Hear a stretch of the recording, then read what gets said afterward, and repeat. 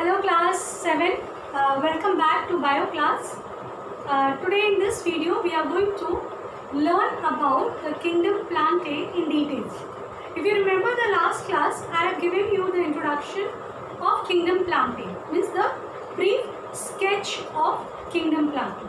Now today we are going to take individual subdivisions in details. So today first of all we are going to learn about all the non-flowering plants. There are all the flowers, all the plants are not same, right? There are different kinds of plants on the earth we get to see. So there are certain flowering plants, non-flowering plants, and in the last class we have learned the biological term of flowering plants and non-flowering plants also. So what is the biological term for non-flowering plants? It is cryptogames. Okay, and for the flowering plants it is phanerogames. Okay, so today we are going to learn about cryptogames in details. Now, what is cryptogames? What are the features of cryptogames? Basically, as I said, they are non-flowering plants. That means they do not bear flower. If they do not bear flower, that means they don't have seeds also. So they are seedless and flowerless plants. Okay. Now you may ask me a question that, ma'am, then how do they reproduce? Basically they reproduce through the spores. They have spores in their body which help them to reproduce into a new plant. Okay. Now further, this non-flowering plants, that is cryptogames, is further divided into 3 subdivisions. And what are the 3 subdivisions? I explained you in the I did not explain you, but I told you, I have given you the terms, right? So the terms are first one is Thallophyta, then Bryophyta, and then Pteridophyta. Okay, so separately we are going to deal with every subdivision. First of all, we will learn about the Thallophyta. Now with the word Thallophyta, this Thallophyta word has been derived from thalloid. Okay, so you will find in your book also in page number 32. So it is actually Thallophyta is a Greek word and it is derived from the word thallus, which means undifferentiated parts. So basically, what are the main features of this particular group of plants? So you can see here, I'll explain you. The Thallophyta plants are they are very simple. Simple in the sense means all the plants which do not have leaves, stem, roots. When these parts are absent in this particular group of plant, that is in Thallophyta, they are all the plants which they include, they are all simple ones, undifferentiated. Okay, so they do not have the leaves, roots and stem, etc. Okay, then their body is thallus-like. As I said, the body is thallus shape. Fine. Then they do not have, or they do not have vascular system. Now what is vascular system? In your tissue chapter, when we were learning about the plant tissue, you must have learned about the vascular system, right? Which conducts the prepared material and the raw material to the plant, and which is done by the vascular system. And what is that? It is xylem and phloem. So in Thallophyta, xylem and phloem are absent. Okay, this vascular system is completely absent.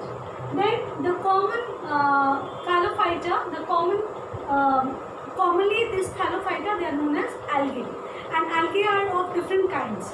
Now example, you will see in your book, the example of Thallophyta are given: Chlamydomonas, then Spirogyra, Fucus, Polysiponia, and along with that we have Chara, Fucus. They are also example of Thallophyta. Okay, so this is the main feature, and what you can do is not necessary that you have to exactly learn the feature which are given in your book. And one more thing, where do you think that this kind of plants will be found?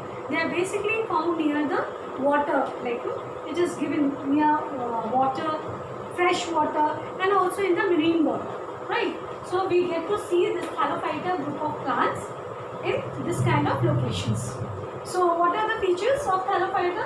The Thallophyta includes simple plants, and they do not have stem, leaves, and roots.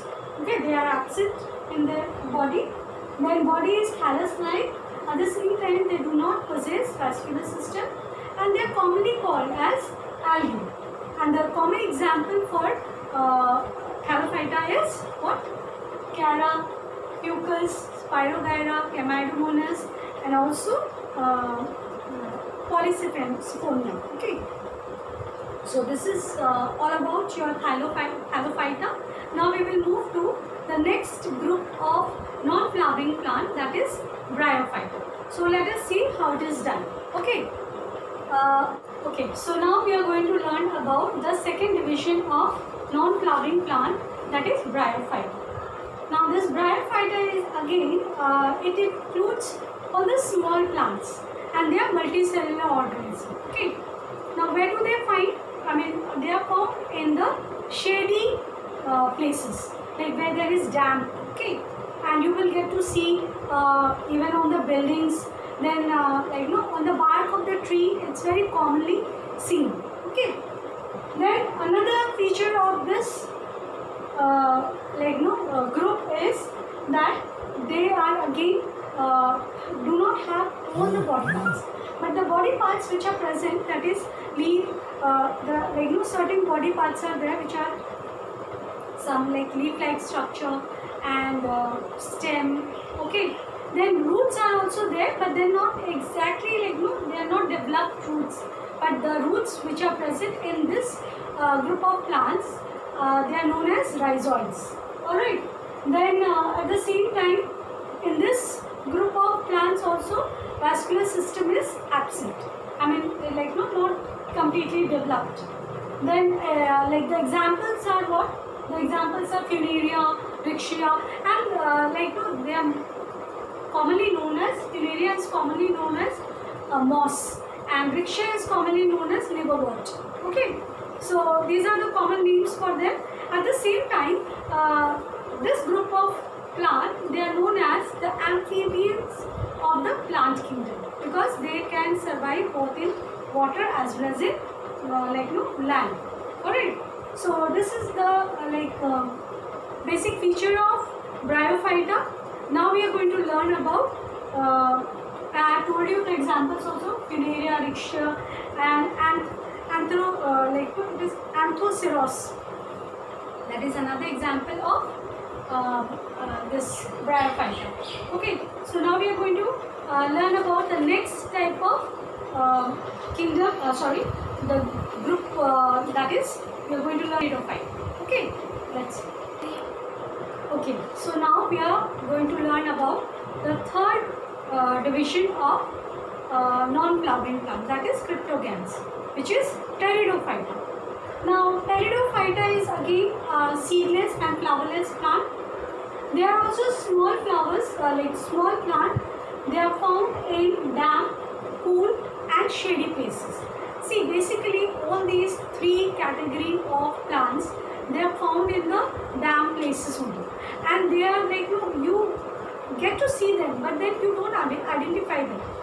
Generally, during this rainy season, you will find them. You can find them very easily. If you look at any old building, there also we get to see these this group of plants, and also at the bark of the tree, old tree. Okay, so there also you can get to see at the trunk of the tree. So now we are learning about Pteridophyta. Now see the spelling of Pteridophyta, it starts with T. So please do not make this mistake. It is not only T-E, it starts with P-T-E-R-I-D-O-P-H-Y-T-A. Okay, Pteridophyta. So they are found in the damp, cool and shady places.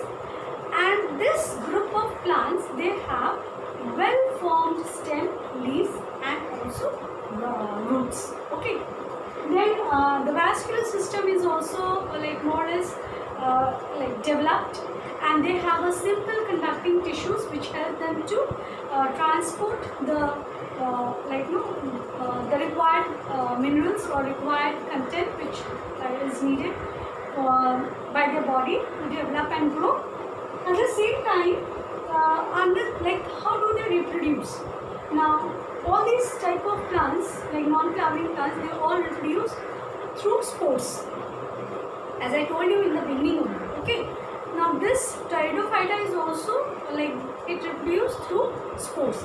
Now, where these spores are present, basically these spores we will get to see under the surface of the leaf. We will find some small rounded bodies, okay, and they are like kind of black dots. In these dots are called sori, and inside the dots, the spores are present, okay. And what happens when these spores they disperse, then they grow into new plants, and this is how reproduction takes place in Pteridophyta. Now, what are the common example of Pteridophyta? They are fern, Marsilia, then Equiseta.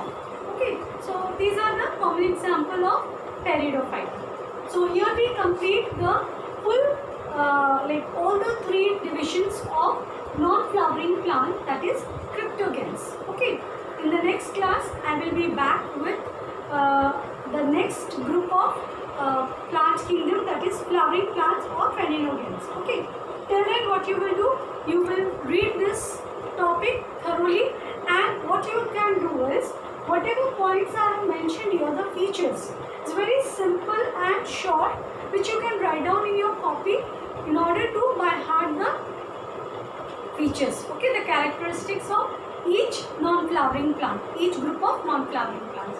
So you can write down in your copy, in your bio copy, like as I have written on the board, and if it is not clear, please ask me. I think so far what I understand, the words are almost clear, okay, and if it is not clear, please ask me. I will help you to write the answer.